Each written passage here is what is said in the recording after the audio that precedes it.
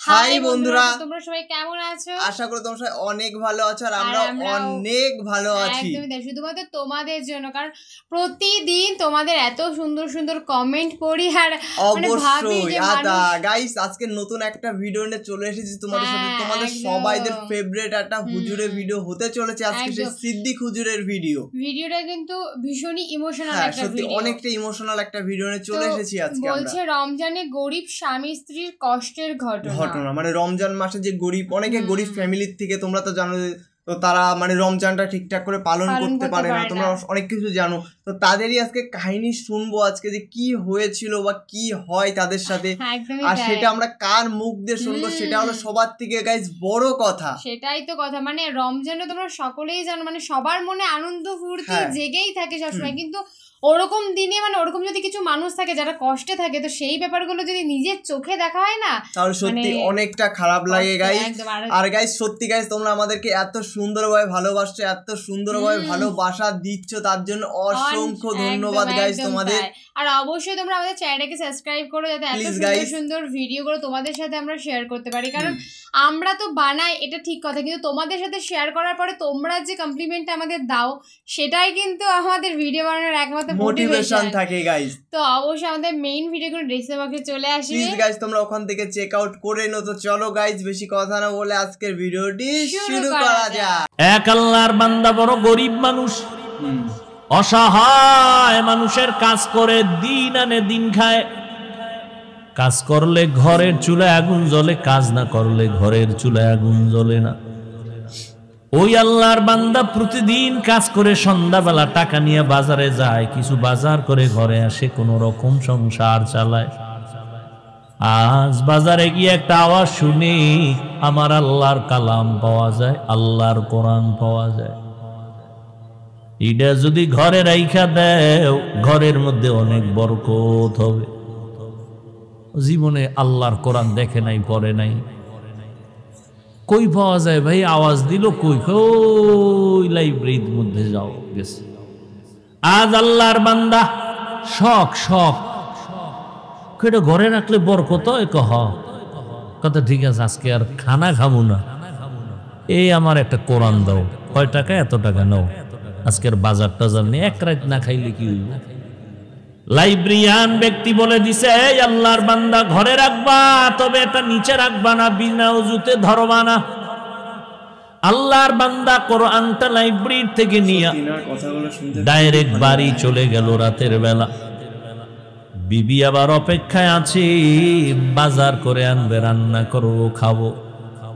আমি এখন ঘরের দরজায় গিয়ে যদি বলি কিছু আনতে পারি নাই, দেখে যদি তো মেজাজ গরম হবে। আগের থেকে সিগন্যাল দিছে, এই ম্যাডাম বাঁকা টাকা হইও না, আজকে কিন্তু খাওন দাও না, নিন একটা বরকত নিয়ে এসে। মহিলারা তো বরকতের আরো পাগল। কি বরকত? বলে আল্লাহর কালাম। ঘরের মধ্যে গিয়া বলে এটা বিনা অজুতে ধরা যাবে না, নিচু জায়গায় রাখা যাবে না, ঘরের মধ্যে এটা রাখতে পারলে অনেক বরকত হবে। তাই এমন একটা জিনিস যেটা দেখলে সওয়াব, পড়লে সওয়াব, ধরলে সওয়াব, জিডার আওয়াজটা কানের মধ্যে লাগলেও সওয়াব, দিলটা শান্ত হয়ে যায়। সারাদিন আবু জাহাল নবীরে গালি দেয়, আর রাতের আধারে গোপনে গিয়া আমার নবীর জবান মুবারকের তেলাওয়াত গোপনে গোপনে শুনে। আল্লাহর কালাম ঘরের মধ্যে নিয়া স্ত্রী বলে, ভালো একটা জিনিস আনছো, তবে অন্তরে ভয়, এটা তো উঁচা জায়গায় রাখতে হবে। আমরা তো বড় গরিব মানুষ, উঁচা জায়গাও নাই, ছোট একটা ঝুপড়ি ঘর, এখানে এই জিনিসটা রাখার মতো কায়দাই নেই। বিবি দিনদার, স্বামীরে পরামর্শ দেয়, পেরেশানি দূর করে দেয়। আর আমগো আম্মা জানেরা পেরেশানি খেলি বাড়ায়, হুদা জায়গায় একটা টেলিফোন করে একটা পেরেশানি দিয়ে রাখে। আল্লাহর বান্দি বলে, দরকার নাই বেয়াদবির থেকে বেঁচে থাকি, কাল সকাল বেলা না হয়, এখন পারলে ফিরাইয়া দাও, এখন পারবো না, কালকে দিতে হবে। কয় এটা ফেরত দিয়ে সঙ্গ করে রাখা যাবে না, রাখার জায়গা নেই, তাই হুদা এটা নিয়ে একটা বড় দোয়ার তলে ভরুম, এটা দিয়াও। আচ্ছা ঠিক আছে কালকে দিব, আজকে কি করা যায়? আজ রাতটা তো অন্তত রাখতে হবে। কেমনে রাখবো? কোরআন এটা উঁচু জায়গায় রাখতে হবে, রাখার জায়গা নাই। কি করা যায়? আল্লাহর বান্দি, ঈমানওয়ালা বান্দি, দ্বীনের মুহাব্বতওয়ালা বান্দি ডাক দিয়া কয়, স্বামী আমার, আমি একটা পরামর্শ দেই, দেখেন হয়নি কি? অর্ধরাত্র আমি মাথায় নিয়ে কোরআনটা দাঁড়ায় থাকবো, আপনি ঘুম যাবে। বাকি অর্ধরাত আমি একটু বিশ্রাম করব, আপনি মাথায় নিয়ে দাঁড়ায় দাঁড়ায় কোরআন পাহারা দিবে। স্বামী বেচারা ডাক দিয়ে কয়, আল্লাহর শুকর, তুমি যেহেতু রাজি হয়ে গেছো, অর্ধরাত্র আজকে না ঘুমাইলে কি হবে, আমি কোরআন মাথায় নিয়ে দাঁড়ায় থাকবো। দুইজনেই সিদ্ধান্তে এক হইয়া টাইম ভাগ করে অর্ধরাত আল্লাহর বান্দা মাথায় কোরআন নিয়ে দাঁড়ায় আছেন, বাকি অর্ধরাত স্ত্রী মাথায় কোরআন নিয়ে দাঁড়ায় আছে। ফজরের আজান হয়ে গেছে, একজন ওযু বানাইয়া যায় নামাজে নামাজ পড়লেন। নামাজের পরে বলে, এটারে ফেরত দিয়ে আসো, বেয়াদবি হবে, আল্লাহ বেজার হয়ে যাবে। স্বামী বলে যে আনলাম কষ্ট করে, টাইনা দিয়ামু, ভিতরে কি একটু দেখি। এটা খুইলে টুইলে দেখলাম না কি ভিতরে। একই যায় নামাজে দুইজন বইয়া এবার দেখতেছে, খুলতেছে পৃষ্ঠা, উল্টায় উল্টায় উল্টায়, আঙ্গুল টানে আঙ্গুল টানে আঙ্গুল টানে দোনোজন। মাওলা পাকের বড় কুদরত, মুহূর্তের মধ্যে শুরু থেকে শেষ পর্যন্ত আঙ্গুল টেনে টেনে টেনে টেনে লাইনে লাইনে পুরা কোরআনটা পৃষ্ঠা উল্টানো শেষ। এই মিয়া, আমরা এক খতম দিতে বেহুশ হয়ে যাওয়া লাগে। কোরআন এক খতম দিতে কত সময়? সাহাবায়ে কেরাম 3 দিনে এক খতম করেছেন। তামিমে দারি রাদিয়াল্লাহু আনহু প্রতি রাত 300 রাকাত নফল নামাজ পড়েছেন, ফরজের বাহিরে 300 রাকাত। সুবহানাল্লাহ তো কইছেন, বাসায় একটু হিসাব করেন দিয়ে এটা কেমনে সম্ভব?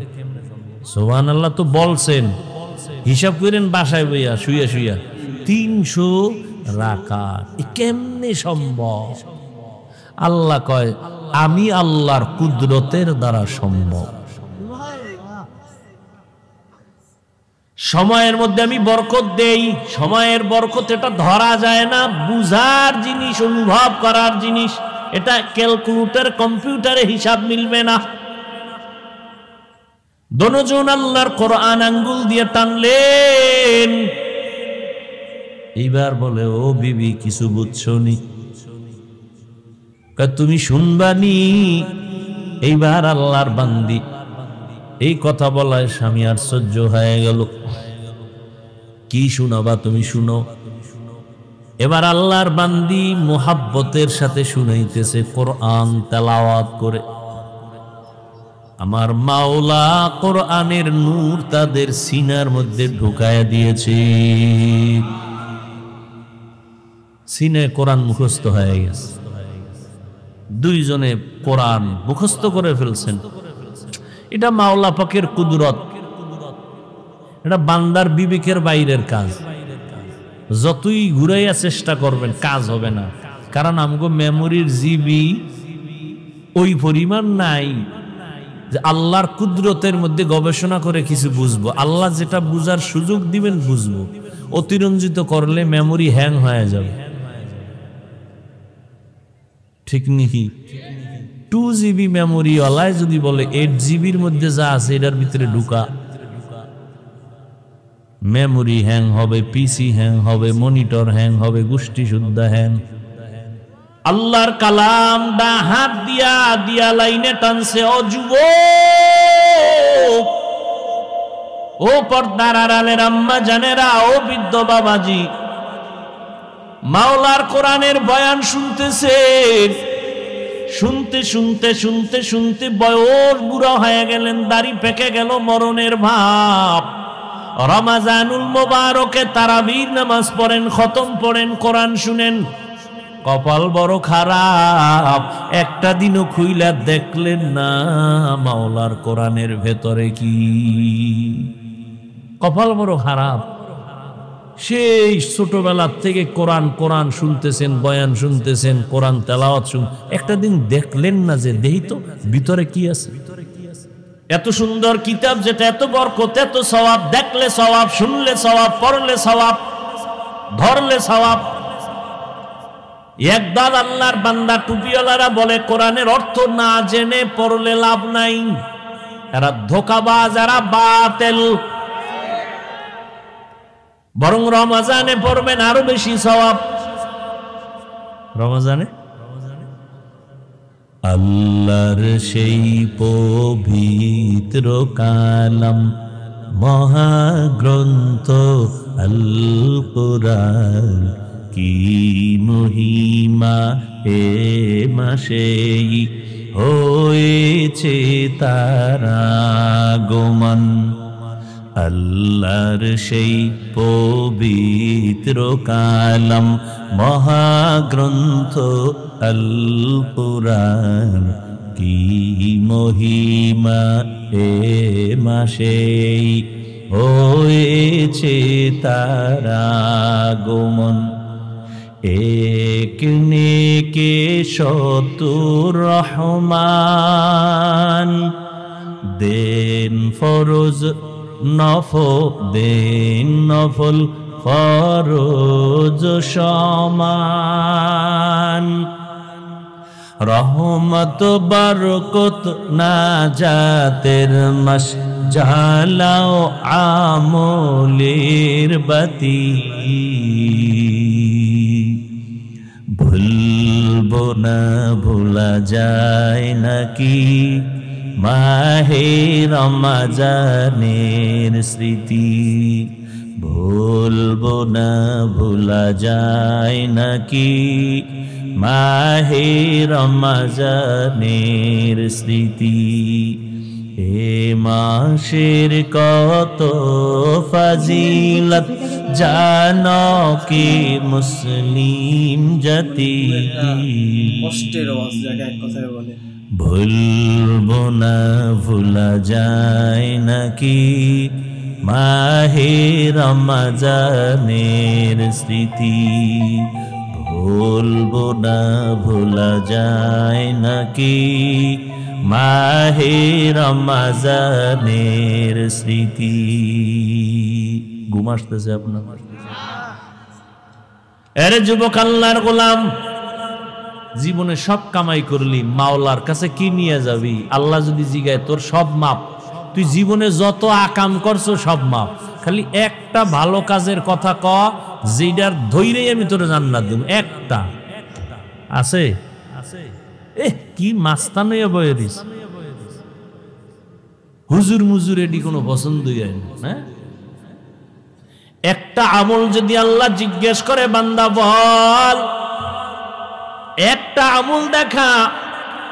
হাদিসে পাকে নবী বলেন কিচ্ছু নাই, বান্দার আল্লাহ দেখবে, দেখ বান্দার নামটা নবীদের সাথে মিল আছে। যদি দেখে নামটা আব্দুর রহমান, নামটা হলো আব্দুল করিম, নামটা হলো রহিমা খাতুন, আয়েশা খাতুন, খাদিজা খাতুন, নামটা সুন্দর, নবীদের সাথে কোরআনের সাথে মিল, রাসূলের সহিহ হাদিস, আল্লাহ শেষবারে বলবে এই নামের বরকতে যাও, আমি তোমারে জান্নাত দিয়া দিলাম। নাম রাখছে সেন্টু, হৃদয়, বৃষ্টি, নদী, সাগর, সবুজ, গম্বুজ। সারা দুনিয়ার বেঈমানের বাড়ি ঘুরো, আব্দুর রহমান নামের একটা ছেলে পাবেন, পাবেন। সারা দুনিয়ার বিধর্মীদের বাড়ি বাড়ি ঘুরো, রহিমা নামে একটা মেয়ে পাবা। আসতে কেন পাবেন? কপাল এত খারাপ কেন আমাদের? আমরা এতটা ছোট মনের মানুষ কেন যে আমগো ঘরে ঘরে ঘরে ঘরে বেঈমানের পাতানো নাম, ঘরে ঘরে বেঈমানের নাম। একজনের নাম রাখছে বিপদ, সন্তানের নাম বিপদ, ডাক দিছে বিপদ। পিছনে একজনের তাকে ভাই কি বিপদ? কেন? আমার সন্তানের নাম বিপদ। আমার তো ভাই মহা বিপদ শুরু হয়ে গেছে। আহা قال النبي صلى الله عليه وآله وسلم من ولد له ولد فليحسن اسمه وأدبه فإذا بلغ فليزوجه فإن بلغ ولم يزوج فأصاب اسما فإنما اسمه على أبيه এই মা বাবা, সন্তান দুনিয়াতে আসার পরে তোমার দায়িত্ব সন্তানের ডান কানে আযান দাও, বাম কানে ইকামত দাও। 7 দিনের দিন চুল ফালাও, সুন্দর একটা নাম রাখো, আকিকা করায়া দাও। এরপরে আল্লাহর দ্বীনের শিক্ষা দিয়া সন্তানটারে আদর্শ ডাক্তার বানাও, আদর্শ ইঞ্জিনিয়ার বানাও, আদর্শ প্রফেসর বানাও, আদর্শ একজন গবেষক বানায়া দাও। বেয়াদব বানাইও না, নবীর আদর্শ দিয়াই বান্দাটারে তুমি ডাক্তার বানায়া দাও।